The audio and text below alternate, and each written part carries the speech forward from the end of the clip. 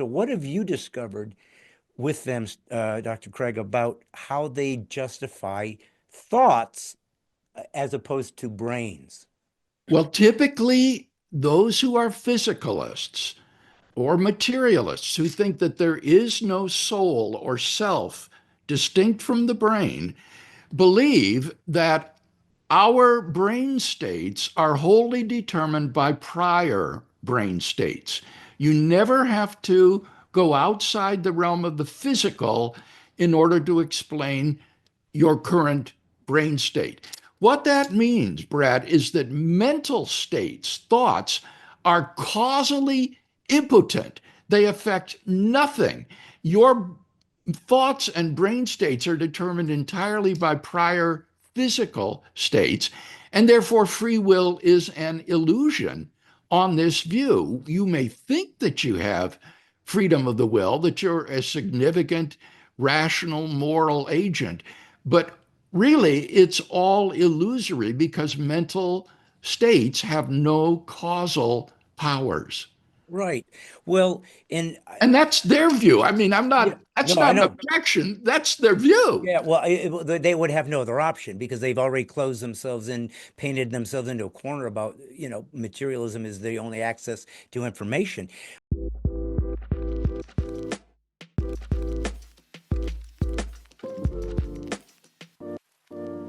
Well, ladies and gentlemen, at Brad Stine Has Issues, as you know, as a comic, I have very eclectic guests. I've had sword swallowers, I have sideshow performers, I've had magicians, I've had physicists, I've had apologists, I've had atheists, I've had them all.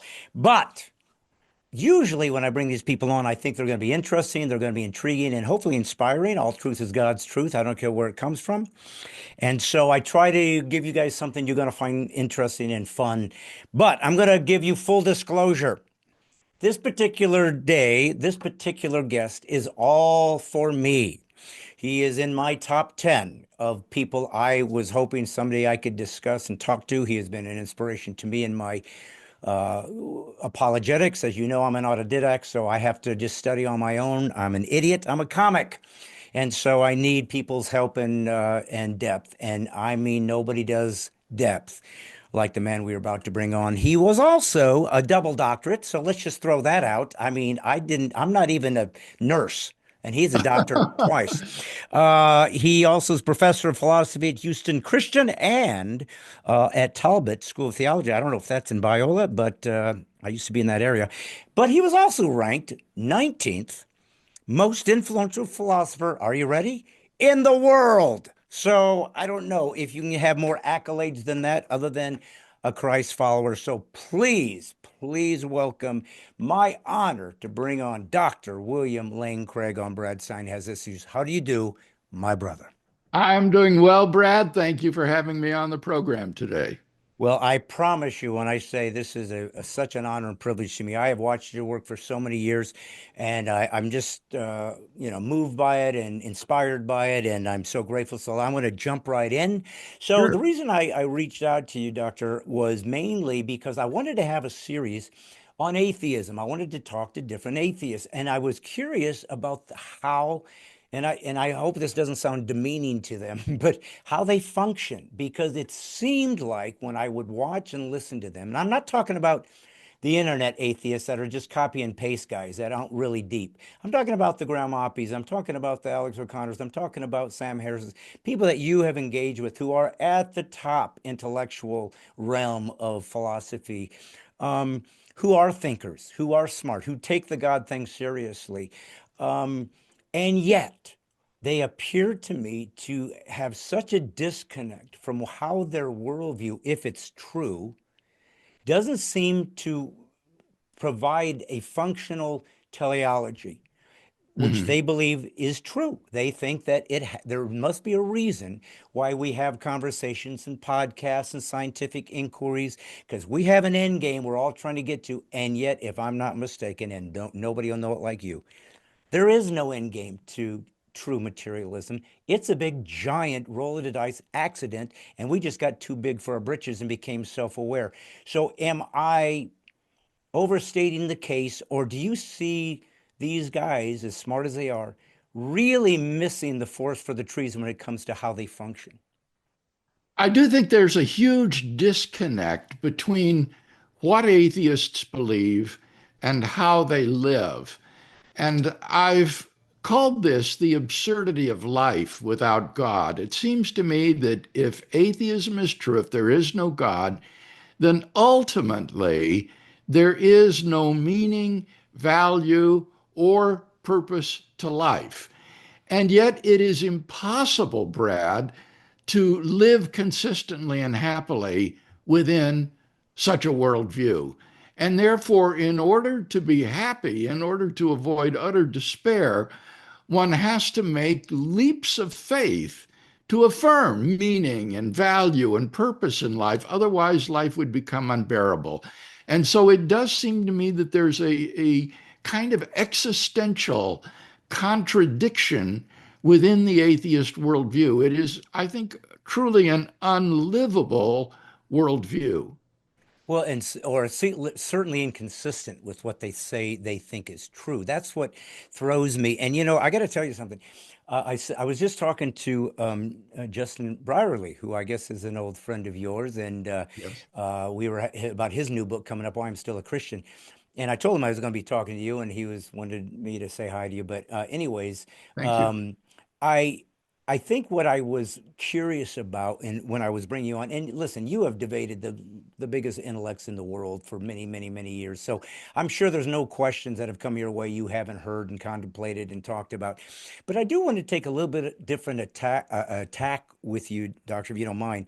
In some odd way, I thought what might be an interesting way to approach this is almost let you play devil's advocate, no pun intended, as though you can help me understand how atheists function in what seems to me inconsistency. So I'm going to ask you questions that normally they would simply ask you maybe as a philosopher, but maybe because you are so ingrained in that world and have had such interaction with these top thinking atheists that you can help me at least understand how they're seeing things. So maybe it'll help people understand who atheists are. And I wanted to start with the whole idea of what is atheism. And I might sound like an idiot, sir, because you're a philosopher and I'm just a comic. So maybe I'm going to be really superficial here, and you can go ahead and deconstruct this. But the first thing I was thinking was, if you look at the history of humanity from the most primitive,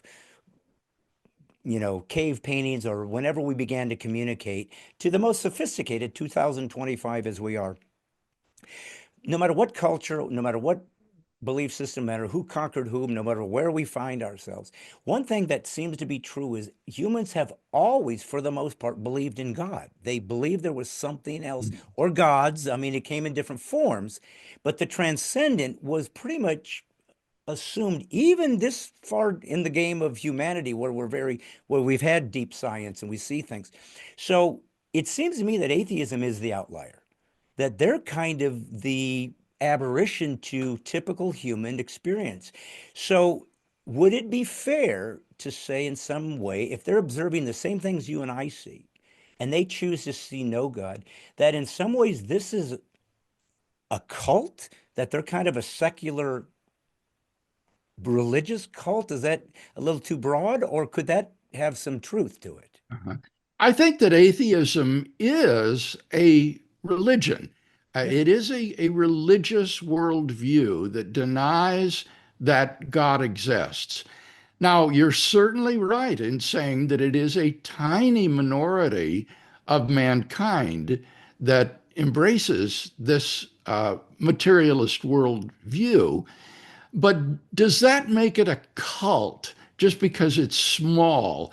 I think that what atheists would say is that they have good reasons to believe in their secular worldview that God does not exist. And therefore, though they are admittedly in the minority, they would say the mass of mankind are simply mistaken, and don't understand the evidence, and that they have good reasons to believe what they do. And therefore, it would be pejorative to refer to them as a cult.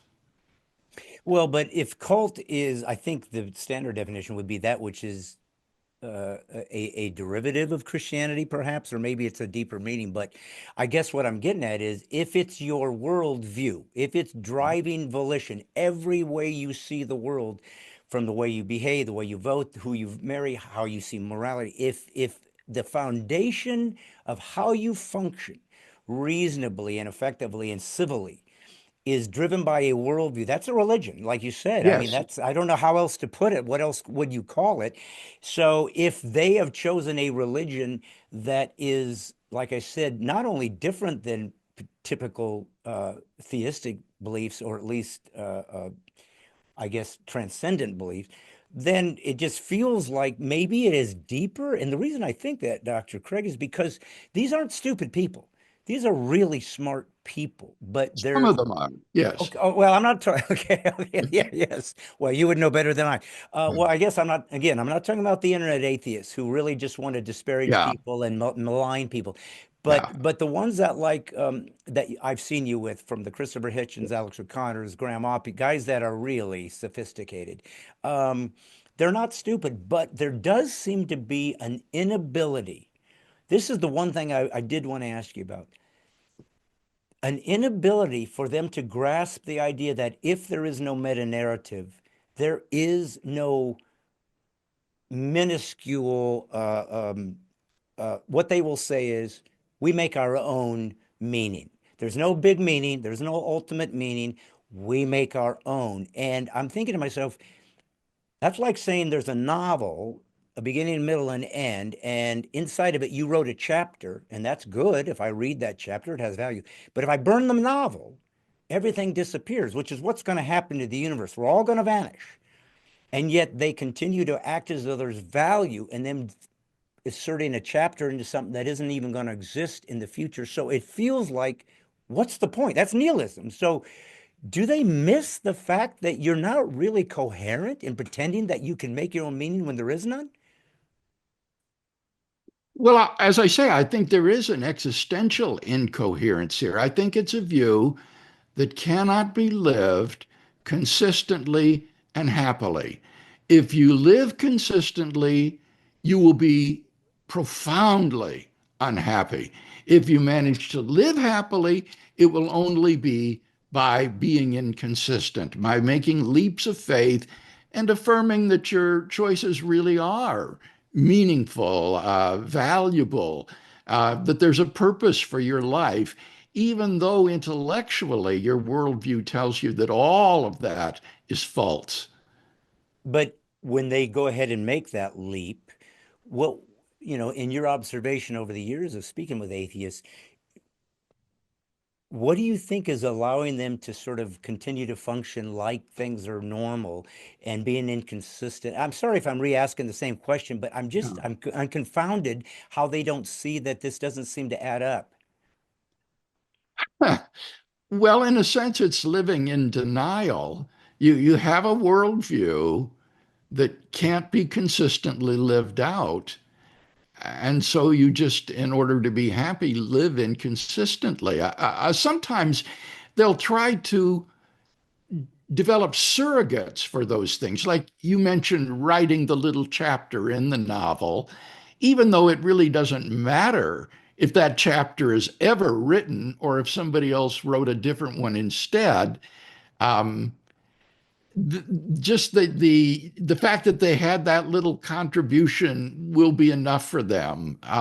Sometimes they will try to affirm the objectivity of moral values apart from God, though they're very, very hard pressed to explain why we have these objective moral values or why we have the moral duties that we do. If you ask what's the basis for human worth and dignity, and why are we obligated to do certain things and prohibited from doing others if there's no God? They're just very hard pressed to answer questions like that. But they must try. I mean, because I know you've had those kind of Hmm. debates with them. So, what is their answer? If to define why they try to give an ought, to something. Yeah. What do they come up with that's satisfactory to them? Well, with regard to moral values and duties, there are a variety of secular forms of ethics. For example, some will affirm what's called an error theory. That is to say, that there are no moral truths. They just bite the bullet and assume that all things are permitted.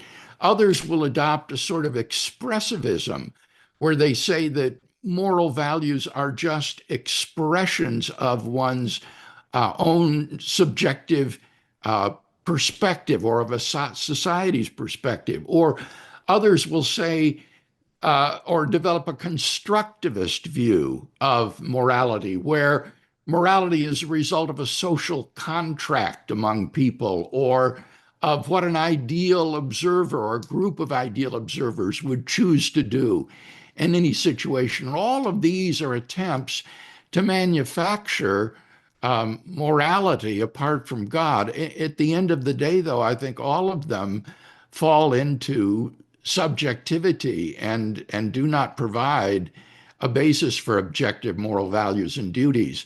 About the only view that could provide a basis for objective moral values apart from God would be a sort of Platonism. Plato believed that there is a sort of abstract object called the good, and this is the supreme reality. And things are good in the world insofar as they reflect or participate in this supreme idea of the good. Um, I find that unintelligible. I understand what it means to say that a person is just, but I can make no sense at all of what it means to say that justice just exists or that loyalty just exists.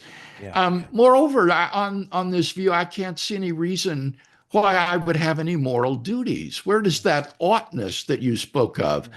come from? Presumably, moral vices exist as well as moral goods.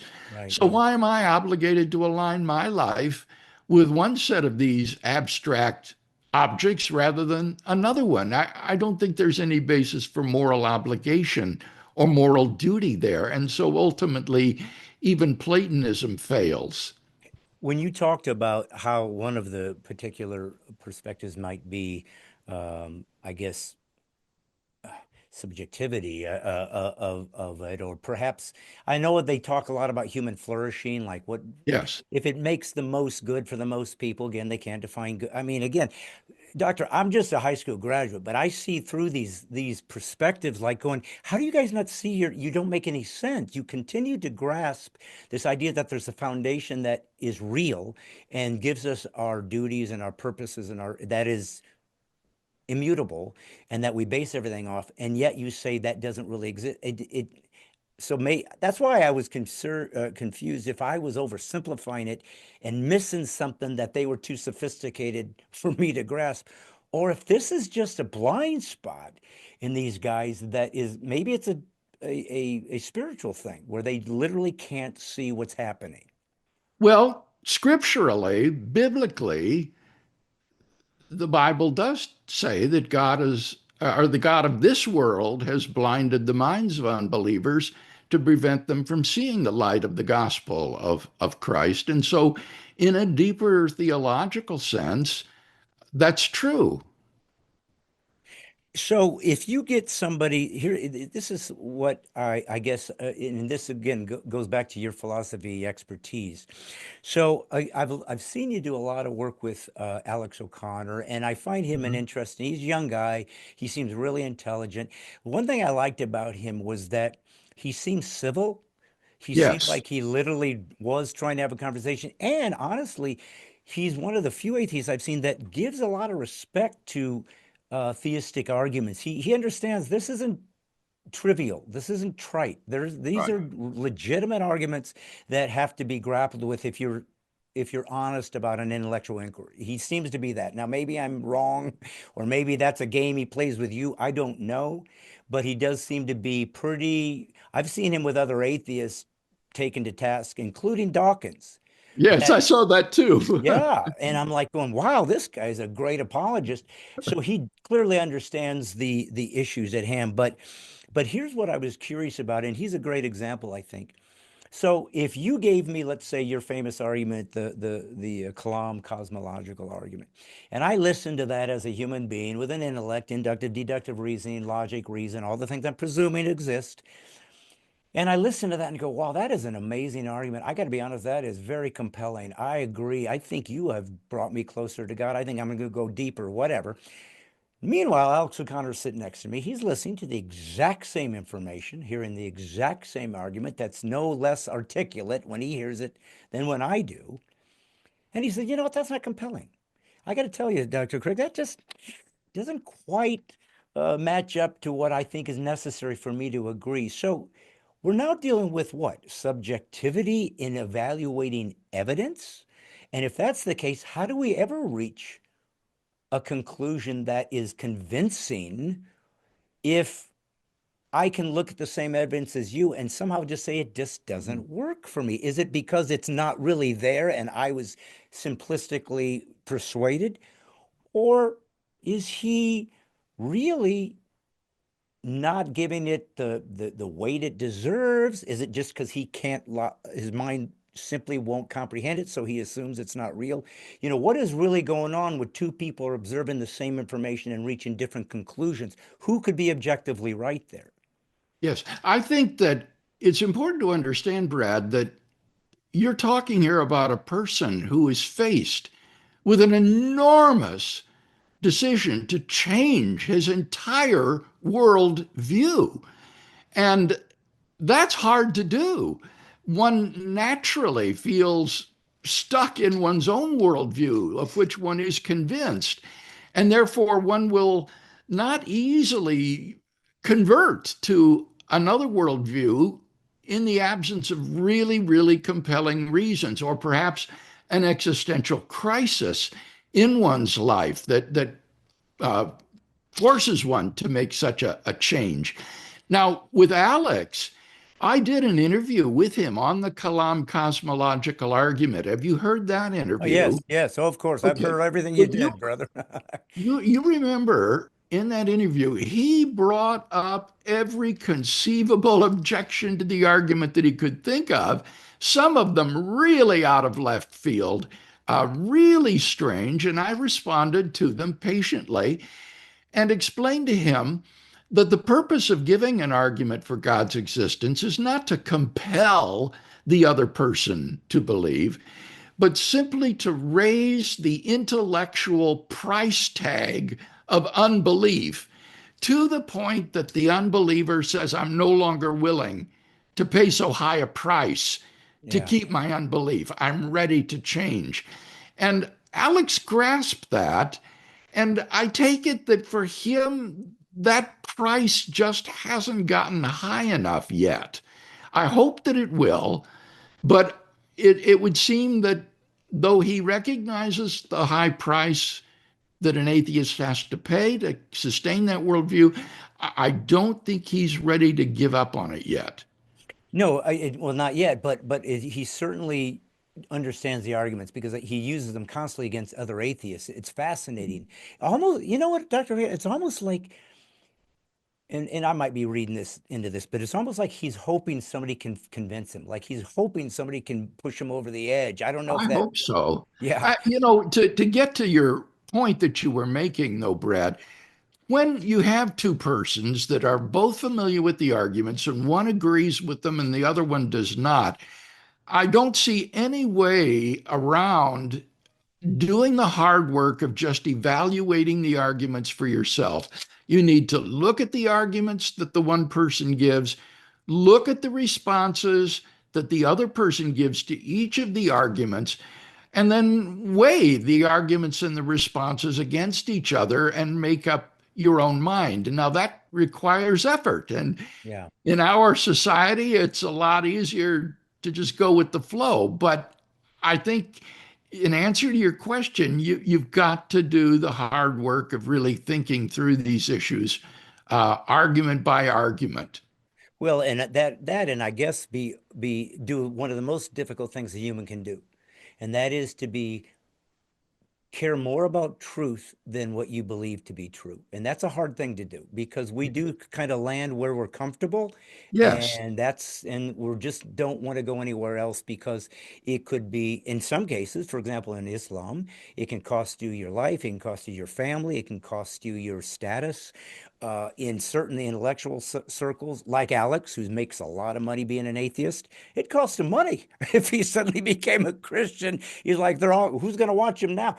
Unless he becomes, gives you a run for your money as a Christian intellectual, which I'm sure you wouldn't have a problem with. But I think what I, No. yeah, but I think that maybe what I was wondering, and again, I'm taking advantage there of your intellectual acumen to help me and the viewers watching this and listening to this kind of understand at the deeper levels this battle.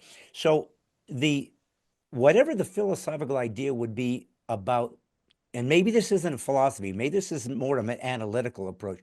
But like what I guess I'm getting at was if two different people see the same information and reach different Yes. conclusions, is that a philosophical idea, or is that simply perhaps literally an intellectual element that some people are on? It was like I'm no good at math, so I can't make myself do physics if I wanted to. My mind doesn't do math well. So is it possible? I guess what I'm getting at, sir, is that there are some people who aren't going to be able to get to certain places because somehow their mind's not going to be able to wrap around an argument. I mean, could it be simply a matter of how they are able to reason and it's not as sophisticated as the guy next to him? That's certainly possible in some cases. I don't think we can generalize here and give one explanation fits all cases. There are multifarious reasons, some emotional, some rational, some just the result of our own biases, as to why it's difficult to change one's mind. But I think for us and our listeners, the bottom line is that there just isn't any escape from assessing the arguments yourself and saying, where does the truth lie? Well, and when you're dealing with the transcendent, it is hard. And you know what? The older I've gotten, and I've been a Christian since I was 9, but I got to tell you something. I think it's only been in the last few years that it's really, my faith is distilling into a much more simplistic idea of what it meant to be a believer, but also how much more difficult it really is if you take it seriously, because God is asking you to shed everything. You don't get anything. You are crucified. You are a slave. You are dead. You are His, and that might come with inconvenience. That might come with a loss of comfort. And He said, "Listen, I warned you. You come into this. This is what it looks like. I've tried to make it very clear. If you think Christianity is easy, it's probably not Christian because it's very difficult. Matter of fact, discipline is where we get disciple, and we were never called to be Christians. We were called to be disciples, and because Christianity is easy, Jesus does all the work. I just accept His sacrifice. But discipline in discipleship, I have to partner with Him. I have to let Him hone me and cut me and shape me, and it's no Yeah. fun. It's no fun. So I understand a guy saying, I don't want to play this game. I don't want to go into this game. Let me ask you this then. Like I said, I'm really I love that if I never get some of these atheists on my program, you can kind of represent them in some interesting way just because you know their arguments so well. So would you say that most atheists are determinists? I think so. They might believe in quantum indeterminacy, but nevertheless, on the macroscopic level, they would say that every physical event has a prior physical cause. Okay. And so So everything is basically determined by its physical causal history. okay, so if that's true, I know Sam Harris is, but I thought, and I'm going to ask you about this in a second, but I want to finish this question. I thought I heard Alex O'Connor recently talk about being a ma- an maybe an anti-materialist atheist. I'd never heard of that. I never heard of materialists. I'm sorry, of atheists accepting uh, immaterialism as real, as Wow. purporting. And I'd never heard that, so I was curious. Well, wait, what exactly do they consider real that is immaterial? So is have you ever heard of that? Is there a world for atheists to believe in the non-material as comporting Well, to reality? back around the 19th century, there were atheists who were adherents of what's called idealism. And idealism was a philosophical worldview that said that reality is not really material, it's mental. Um, and those type of persons could be atheists, even though they were not materialists. Now, that's probably not what Alex means because you don't find very many idealists around these days. But what he might mean, and this would be extremely interesting, he might mean that he's a mind body dualist. He might think that in addition to our physical bodies, we have souls or um, minds that are immaterial and that are conjoined with our bodies, so that human beings are body soul composites. And that's not to commit you to theism immediately. That could be a naturalistic view, even though it's dualistic.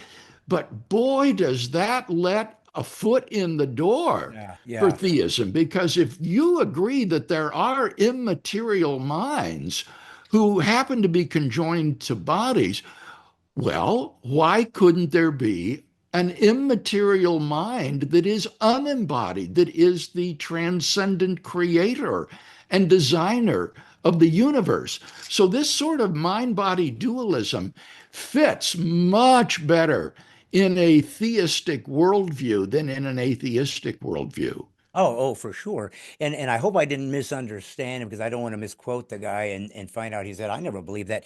But that was what I understood from the get-go. The first time I'd ever heard this argument um, was, and I bring this guy up every now and again. I had Dr. Stephen Meyer on and a few other Yes. guys and Michael Behe. A guy named A.E. Wilder Smith. I don't know if you ever heard of that name, Yes. but Oh, yes. okay, well, he seemed to have vanished in the history of the intelligent design movement, but he was I had books of his in the 80s. The Yeah. first guy that I'd ever heard that was talking about the idea of the transcendent or the mind is what is absolutely impossible to exist if it were in a closed system. If it's all just materially driven and it's all molecularly driven, then there can't be thoughts. There can be brains, and there can be material that observes information and records it like a hard drive. It can do all that.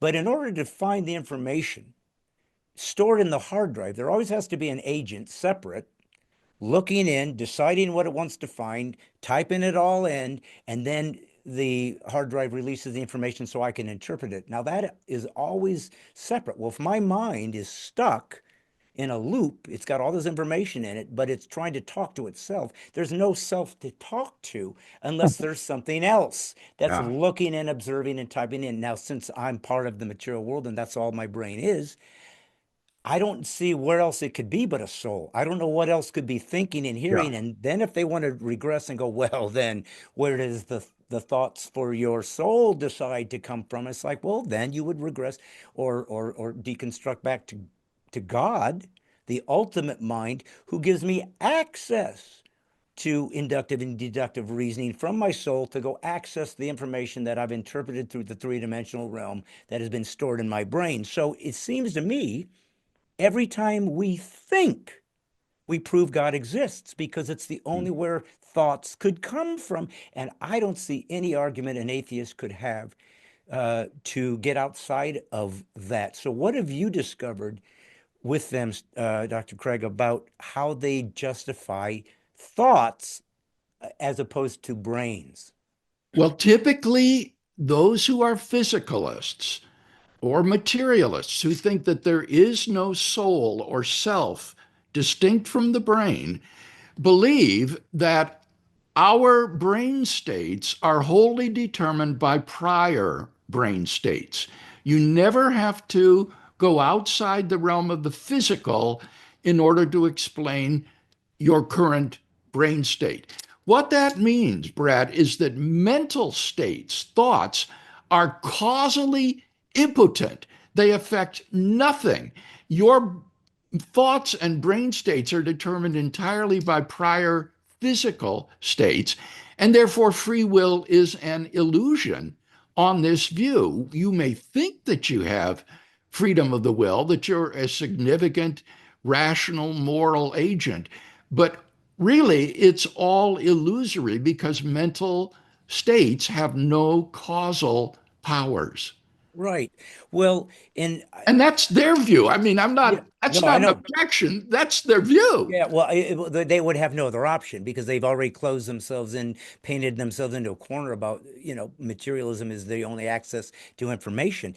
Wasn't Engels an idealist? He thought you could create things with your thoughts, and then he, of course, was a big influence on Marx and so forth. I don't know. It reminded me of that when you were talking about idealism. I thought he was, Well, I would have thought that Friedrich Engels, like Marx, would have been a materialist because you remember they developed the philosophy of dialectical materialism right. as a basis for Marxist ideology. But Yes. idealists would have included people like Hegel and Schiller and F.H. Bradley and others of that sort, 19th century philosophers. Yeah, I would, for some reason, I was thinking Engels somehow had a spiritual dimension that he saw, but I think it was more human driven, like we create thoughts and we create reality and so forth.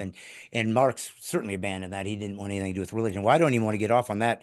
But I was very curious about determinism because that's what I mentioned. So as I said to you, and in full disclosure, I'm a comedian. So one of the great benefits to being a comedian is there's no filters. We're kind of given permission culturally to break taboos, to make fun of the king, not get our head cut off because culturally we were allowed to make the peasantry and the monarchy equality. We were allowed to say, expose culture and sort of mock and ridicule because it was kind of like we believed that, or the culture believed that we needed a valve that could release pressure maybe when things were getting hard politically and so forth. So here's the jester that kind of allows everybody to be equal for a second and joke about everybody and so forth. But of course, this far down the road now, as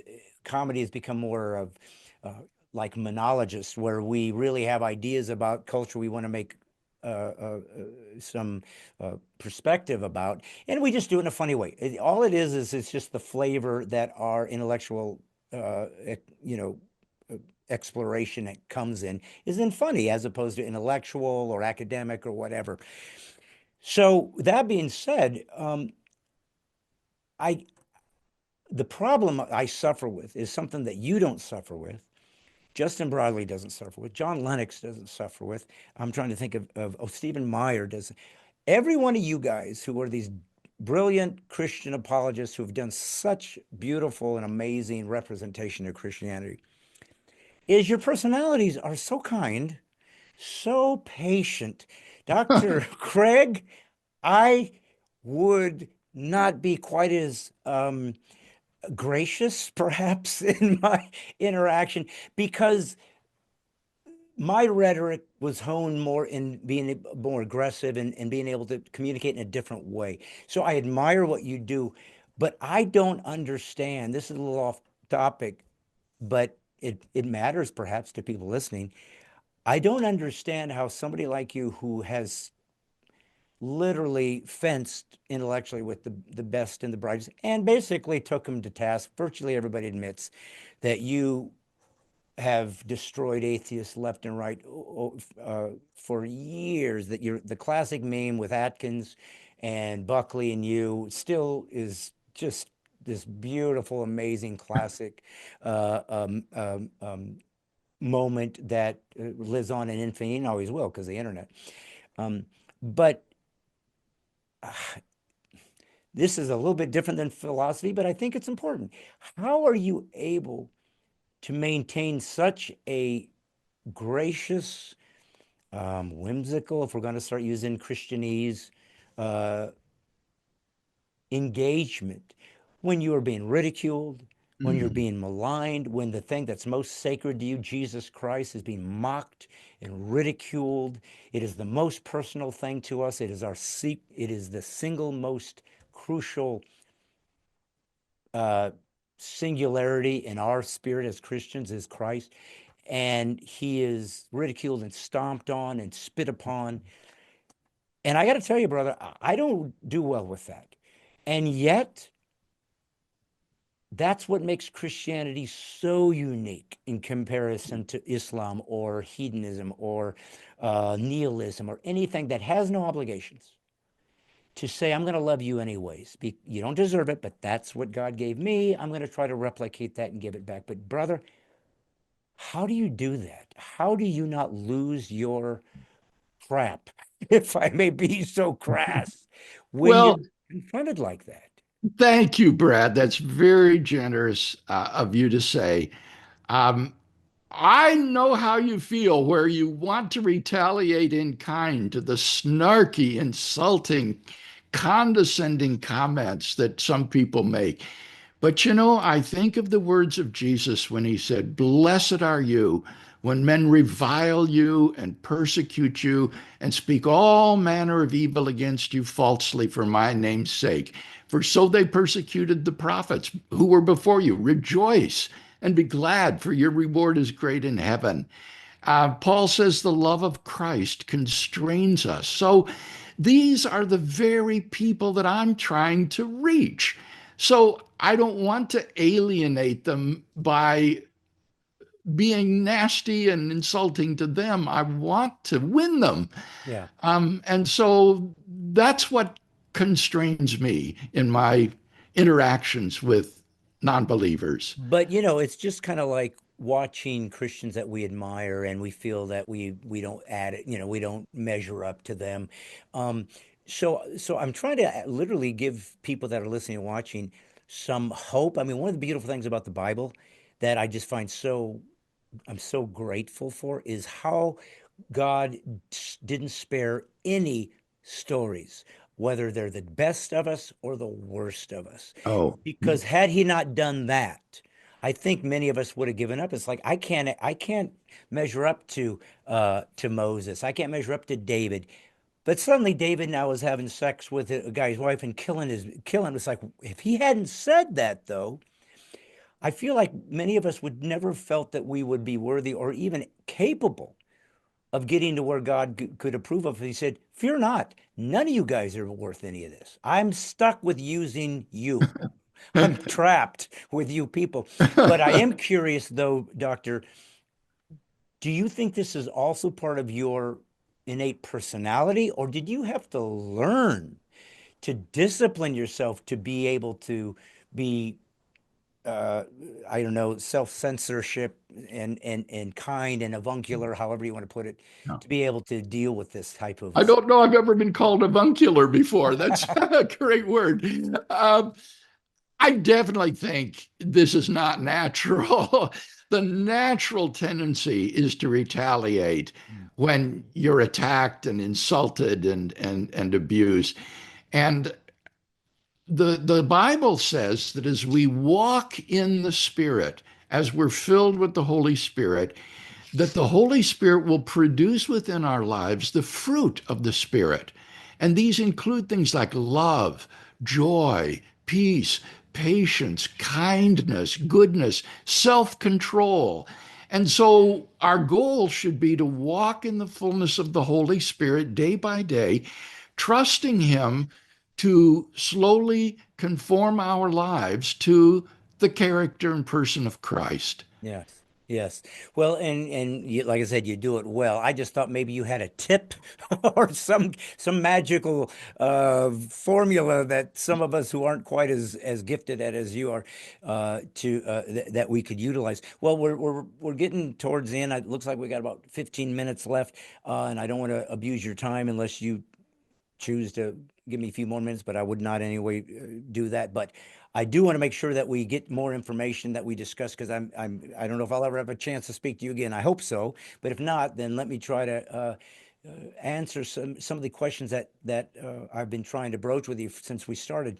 So I want to quickly go back over to the determinist Yes. idea because here's what I'm curious about. And as I said to you, perhaps in some ways you can represent at least what the atheist is thinking, so I can try to understand if it's coherent. So, to determinism would have to mean that whatever I'm about to do in my life has already been pre-recorded in my brain, that it's like a movie script has been filmed and placed into my brain. And when that film plays out, if you have a favorite movie, you can watch it 1,000 times. It's always going to end the same. It's always going to have the same plot twist. It's never going to change because it's been filmed. It's done. It's locked. So a determinist, I think, is basically saying their life, their thoughts, the way that they interact with human beings is locked. It's written in stone. It's immutable. If that's the case, then, if I speak to an atheist who says, I don't believe, it's not because he doesn't believe. He can't believe. He was pre programmed like that. I, on the other hand, do believe, which seems counterintuitive. If we're all sort of stuck in the same pattern of meaninglessness, why don't we all reach the same conclusion? But we don't. I do believe. So why I'm locked. So we're not really having a conversation. I can't convince you. You can't convince me because we're pre programmed. What's the point of a conversation in their world? I think that determinism faces a real problem that our rational deliberations are not really ours. As you say, they are pre programmed into us by physical brain states, and therefore they're not really rational reflections. So when you come to a conclusion, it's not as a result of rational deliberation. It's just like having a toothache or a tree growing a branch. And that does seem to make rational discourse impossible. Now, what I would say, though, is that as new causal influences come into your life, they can make you change your mind. They can causally determine you to believe something different. So So the that's reason, part of the script, though. You're saying that's part of the script that you were going to change your mind theoretically, but yeah, it's that really that was determined. that's another part of the physical determinism. So it's still determined, but I just wanted to make it clear that it doesn't mean that you're locked in the Okay. sense that you can never change your mind, because if the causal input into your life changes, then it could cause your brain states to change as well. But is that um still determined, so you're not really changing your mind, you're just the script has just moved to another direction, or is there Yes, that's right. actual agency, is there actual volition? No, no, Okay. there's not agency. The script continues to be written, but Okay. it's not, in a sense, being written by you. Gotcha. Right. Written by the external stimuli that come into your brain and by the state of the brain, and that produces further brain states. But there isn't some sort of a rational agent who is so responsible for these thoughts. so if that were true, then that means that we don't have free will. Right. Okay. So if we have no free will, we're not, again, no volition, no determining anything on our objective self. It's all kind of pre-programmed, and we're along for the ride, so to speak. Yes, But that's well put, Brad. Mental states on this view kind of just float above the brain states. They're along for the ride, as you say, but they don't do anything. They don't right. determine or cause anything. All the causation is on the physical level of brain states. And the mental states, as you put it so nicely, are just along for the ride. Well, and if that's true, though, um, and again, this may just be speculative, but that's what I love about speaking to philosophers is we love thinking about things. It's just interesting to us. And I'm now, way in over my head with you. But if if that were true, then it also means that uh, I'm not able. Okay, so I've been programmed to think a certain way. Would it make sense then that if evolution, neo-Darwinism, created this accidentally, it didn't create anything. I don't want to use create because that belongs to the theists. It accidentally stumbled upon by mutations this thing that allows us to think the way we do, but it wants to survive, and it doesn't want to survive because that proves that there is some volition behind it. So again, we have to erase all the Christian ideas. They don't get any of it. That's what I wanted to talk to you about. You guys get, I feel like we give way too much ground to atheists when we start talking about Kalam cosmology and the teleological argument. They're all wonderful arguments, but I'm almost saying, guys, you don't even believe we have truth. You have to borrow from me to get there. You don't believe we have agency, but you have to pretend that for a second if we're going to have a conversation. That's from my people. So I don't want to give you any of this. Let's pretend atheism is true. Why are we having a conversation? And you can't function like that. And that should be proof that God is real because I don't think evolution would allow us to catch on that we have no purpose because it would cause despair, maybe suicide, maybe hopelessness. Why Hmm. wouldn't why wouldn't evolution keep us in the matrix, keep us in the vat, the brain in the vat, Hmm. and just going along our merry way until we just vanish? Why would it reveal itself to us if that's its greatest trick that we're meaningless? Well, presumably, the atheist would say that having these sorts of delusions has survival value, and therefore they get selected for in the course of human evolution.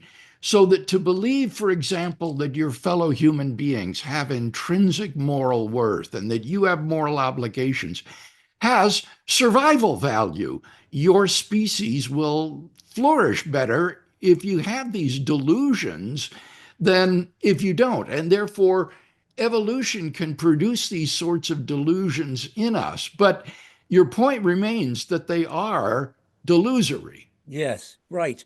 Well, and so that's another thing that has always bothered me that I feel is completely incomprehensible to be proven through a materialist atheist viewpoint, and that is the to you and I, the meaning of life is very simple. Know God, tell people about him. That's why we're here. How we do that is our skill sets, it's our business plan, it's our living amongst community, trying to be this. That's just the vehicle to do the most simple and basic purpose of humanity. Know God, tell people about him. But the atheist has to have some genesis story, some reason why they do what they do, and they always say survival, which Hmm. presumes that survival has value. Value, of course, is, I guess, maybe a moral or at least an objective, immutable claim that cannot be justified in atheism. They have to assume that there's an energy behind this that is pushing it towards a superior outcome. To survive is better than not to, but there is no better in eternal annihilation. No. There is no end game that should give you peace and satisfaction because you have told us very clearly we're all going to burn out into eternal oblivion and none of this matters. And yet, every single day of their life, they act as though there's value, there's purpose, there's love, there's honor, there's integrity, there's ethics, there's virtue, there's goodness. When they tell me there's no evidence for God, I say, brother, you can't say a word or think a thought without proving God's existence. And that's on you. And that's the great, great horror of hell. You choose it because the evidence for God is overwhelming. Hmm. Thoughts? The human predicament without God, life without God, is pretty terrible, isn't it? Well, but as you've said, they they can't function that way without absolute despair. So they borrow from us and then pretend like it's not happening. We're almost out of time, Doctor. So let me try to finish that one thought again Okay. from the atheist perspective. Where did they reach the conclusion that survival matters? If all humans died tomorrow, Earth would still go, sun would still go, plants would still go, nobody would care because we're gone. So, and yet they think survival is enough to justify not needing God. How do they justify survival as having meaning? Yeah. I don't think that the reflective atheist does believe that, Brad. That might be true of some of these internet atheists, but for the reflective atheist, he doesn't think that survival is any more valuable than annihilation, or that it's the purpose of our existence, or that evolution has a purpose. All of these uh, value judgments are really just delusions in his understanding. Brute facts, perhaps, just it just is, and so be it, and we just have to accept that as the way things are. Well, except what I'm suggesting is they would not accept as a brute fact that survival has value. They would Okay. say, no, it doesn't have value. Then That's why is it inculcated into our process then? Why is it ah, functioning as though it's doing something? because if you have a drive to self-preservation and you have these delusions of the moral value of your uh, conspecific uh, uh, persons, then you have a better chance that your race will survive, that Homo sapiens will go forward. And Okay. so blind, thoughtless evolution selects for creatures that harbor these delusions. Right. And as you said, Dr. Craig, select is the word they have to use, which Oh, implies a mind. And the mind is, I don't give you guys access to that. We should have a debate sometime with an atheist and say, this time we're going to pretend like your worldview is true. And we're going to debate that way. And every time they try to make a fact, a point, an insight, a wisdom, we'll say, you know what?